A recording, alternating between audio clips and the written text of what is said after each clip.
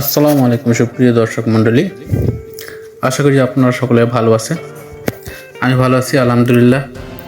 আজকে আমি আপনাদেরকে নিয়ে যাব বাংলাদেশের উত্তর অঞ্চলের ভারতের দিনাজপুর সীমান্ত ঘেঁষা জয়পুরহাট জেলার পাঁচবিবি উপজেলার লোকমা নামক গ্রামের লোকমা জমিদার বাড়ি। একসময়ের বিশাল দাপট ও ক্ষমতাশালী সেই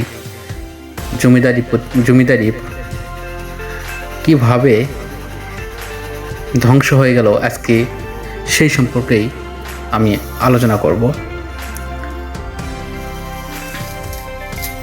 আজ থেকে প্রায় 1500 থেকে 16 শতাব্দীতে জমিদার হাজি মামুন চৌধুরী জমিদারি প্রতিষ্ঠা করেন। কথিত আছে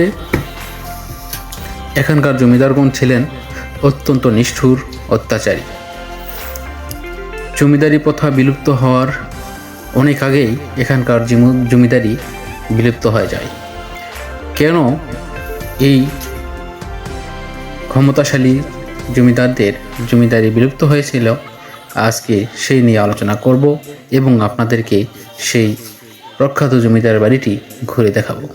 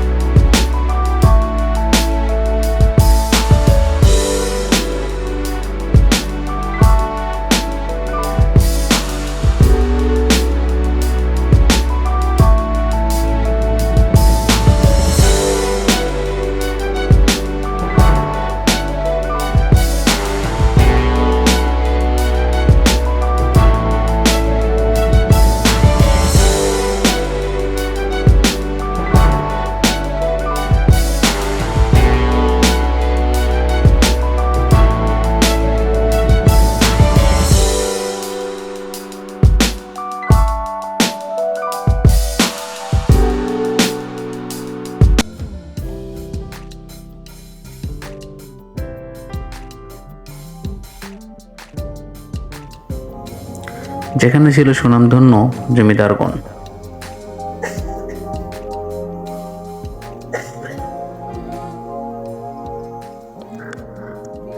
এই জমিদারগণ অত্যন্ত নিষ্ঠুর প্রকৃতির মানুষ ছিলেন। তারা অনেক সম্পদশালী এবং প্রভাবশালী লোক ছিলেন।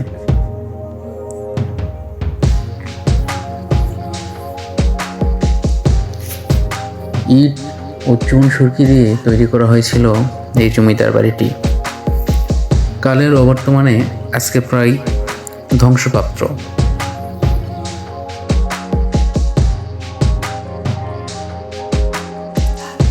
ছিল 3 তলা বিশিষ্ট একটা দালান।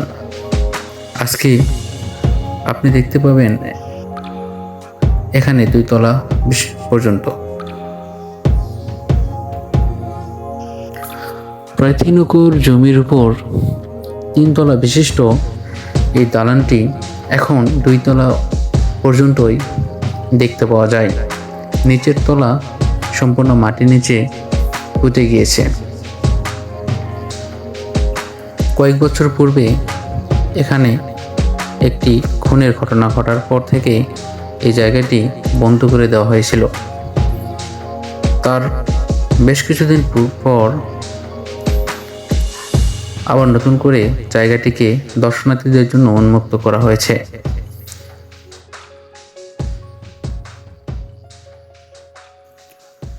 এই জায়গাটি পুরোটাই জঙ্গলের মতো গাছগাছালিতে আচ্ছন্ন হয়ে পড়েছিল।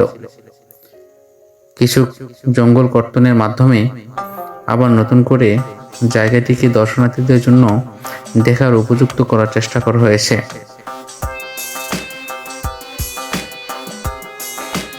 আগেই বলেছিলাম এই জমিদার বাড়ির জমিদারগণ ছিলেন অত্যন্ত নিষ্ঠুর প্রকৃতির মানুষ।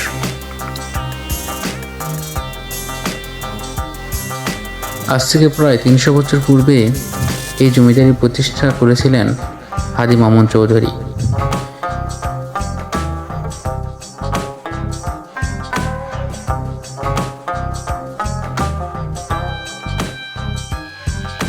কিন্তু কি এমন ঘটেছিল যার কারণে জমিদারি প্রথা বিলুপ্ত হওয়ার পূর্বেই এখানকার জমিদারি বিলুপ্ত হয়ে গেছিল? কেনই বা ছাড়তে হয়েছিল তাদেরকে এই জমিদার বাড়িটি? আজকে কেনই জনশূন্য এই জমিদার বাড়ি? আমরা এলাকাবাসীর কাছ থেকে জানতে পেরেছি যে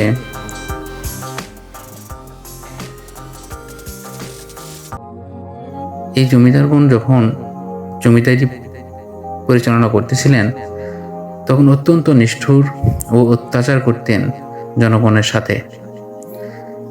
একদিন একটা গায়েবী আওয়াজে তাদেরকে জানানো হয় আজকে সন্ধ্যার মধ্যে যদি, সূর্যাস্তের পূর্বেই যদি এই জমিদার বাড়ি ছেড়ে না দেওয়া হয় তাহলে জমিদার বাড়িটি ধ্বংস হয়ে যাবে। তারপরেই এখানকার জমিদারগণ এই জমিদার বাড়িটি ছেড়ে দিয়ে যান। আর তারপর থেকে এখন পর্যন্ত কালের অবর্তমানে এটা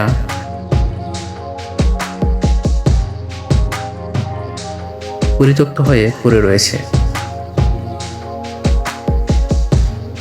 একসময় এই জমিদার বাড়ির আওতায় ছিল জামালপুর, মথুরাপুর, গয়েশপুর, চেঙ্গিসপুর, শতনুল, সানাপাড়া, মাজাতপুর ও বর্তমান পাঁচবিবি উপজেলা।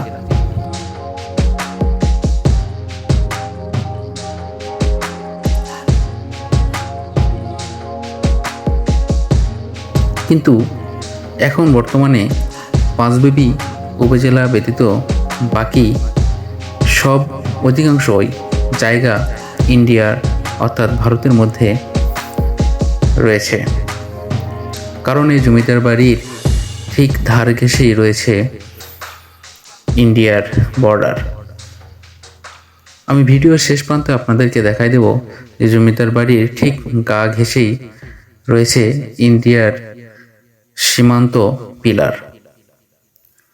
আমি স্থানীয় লোকদের সঙ্গে কথা বলে জানতে পেরেছি যে এখানকার জমিদারগণের উত্তরসূরি এখনও এই গ্রামের মধ্যেই বসবাস করেন, কিন্তু তারপরেও এই জমিদার বাড়িতে তারা আর কখনোই দিন বা রাত্রি যাপন করেননি। কি গায়েবী আওয়াজ ছিল, সেই আওয়াজের কারণে এতটাই ভীত হয়ে পড়েছিলেন যে একটা দিনের মধ্যেই এই জমিদার বাড়ি ছেড়ে চলে যেতে হয়েছিল। কতটাই না ভয়ঙ্কর ছিল সেই আওয়াজের কথা, কতটাই না ভয় ঢুকিয়ে দিয়েছিল সেই জমিদারদের মনে, আর কতটাই না নিষ্ঠুর প্রজাতির মানুষ ছিলেন যার কারণে গায়েবী আওয়াজের মাধ্যমে গায়েব থেকেই তাদেরকে এই জমিদারি ধ্বংস করে দেওয়া হয়েছিল।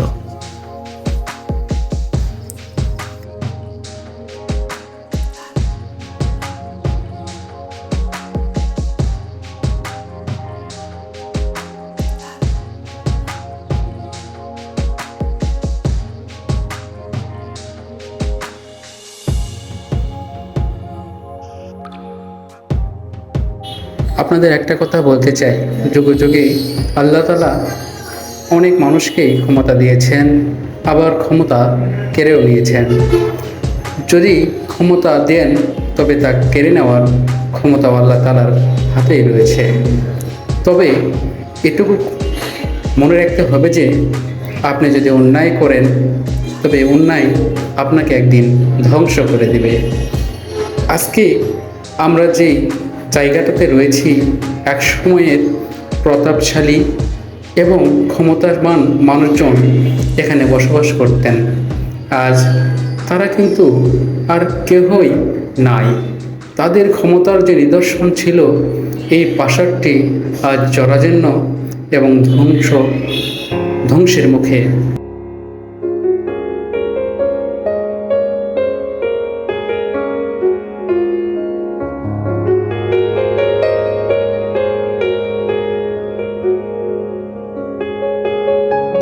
এটা ছিল সেই সময়ের ঘোড়াশাল। এখানে এই জমিদারগণ তাদের রাজকীয় যে ঘোড়াগুলো এখানে বাঁধিয়া রাখিত। দর্শকবিন্দু, এখানকার কার্যকাজ এবং ছাদ এগুলো কিন্তু কোনোটাই রড বা সিমেন্ট ব্যবহার করা হয়নি।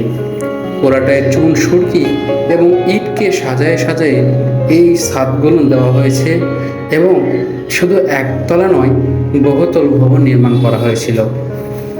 তাদের অর্থনৈতিক ব্যবস্থা এবং তাদের যে একটা প্রভাব ছিল, এই জমিদার বাড়িটি কিন্তু তার প্রমাণ।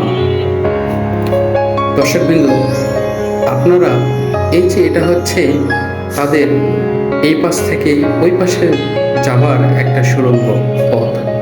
আপনি যে ফাঁকা জায়গাটুকু দেখতে পাচ্ছেন, তার এই যে মানুষটিকে দেখতে পাচ্ছেন, তার পাশেই কিন্তু ইন্ডিয়ার সীমানা পিলার। একটু দূরে দেখতে পারবেন ইন্ডিয়ার যে বর্ডারটা, সেই বর্ডারের ইন্ডিয়ান বিএসএফদের যে আপনার টহল দল থাকে, তাদের সেই কিন্তু বিল্ডিংটি দেখা যাচ্ছে। সেখান থেকেই তারা দূর পর্যন্ত নজরদারি করতে পারেন। আমার সামনে যে জমিগুলো আছে, এগুলো সবই কিন্তু ইন্ডিয়ার অন্তর্ভুক্ত। এই যে সেই সীমানা পিলার, এখান থেকেই ইন্ডিয়ার সীমানা শুরু। তাদের জমি আর আমাদের জমি কিন্তু পাশাপাশি এবং লাগোয়া, এবং এই রাজবাড়িটি বা জমিদার বাড়িটিও কিন্তু সীমানা ঘেঁষেই রয়েছে। বাংলাদেশের সীমানার শেষ প্রান্তেই এই লোকমা জমিদার বাড়ির অবস্থান। সুপ্রিয় দর্শক মণ্ডলী, যদি আমার ভিডিওগুলো ভালো লাগে অবশ্যই সাবস্ক্রাইব করে আমার পাশে থাকবেন। ইনশাআল্লাহ আরও না জানা ইতিহাসগুলো আপনাদের সামনে তুলে ধরার চেষ্টা করব, সেই আশাবাদ ব্যক্ত রেখে এখানে শেষ করছি। আসসালামু আলাইকুম। ভালো থাকবেন, সুস্থ থাকবেন।